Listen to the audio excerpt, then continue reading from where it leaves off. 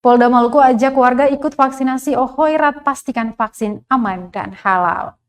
Untuk memutus mata rantai penyebaran virus corona, Polda Maluku tak henti-hentinya mengajak masyarakat untuk menerapkan protokol kesehatan, termasuk melakukan vaksinasi di gerai yang disediakan oleh pemerintah.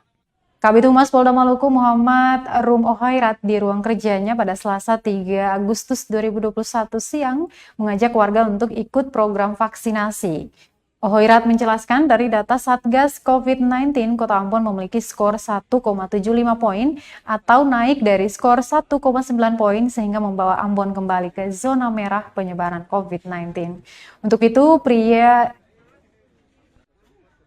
dia mengingatkan warga untuk tetap menerapkan 3M.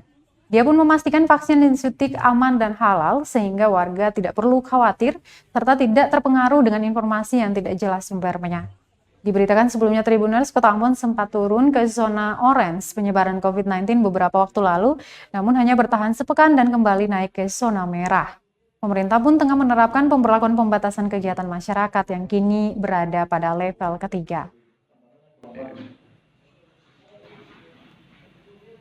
Kota Ambon sini, sebagaimana kita ketahui bahwa Kota Ambon kemarin dari zona merah sudah masuk ke zona orange. Namun itu hanya berlangsung beberapa hari dan saat ini sudah kembali lagi ke zona merah. Oleh karenanya saya berharap kepada seluruh masyarakat Maluku, khususnya di Kota Ambon, mari kita sama-sama merupakan tanggung jawab kita semua untuk bagaimana memutus mata rantai penyebaran COVID-19 khususnya di Maluku dan lebih khusus lagi di Kota Ambon ini dengan beberapa cara, diantaranya adalah 5M. Kemudian yang paling utama adalah saya himbau kepada masyarakat agar datang ke gerai-gerai vaksinasi. Di Polda Maluku ada gerai vaksinasi presisi yang setiap hari itu kita buka mulai dari hari Senin sampai hari Jumat, berada di lapangan Tanapari. Silakan datang, kita akan melayani saudara dengan vaksin.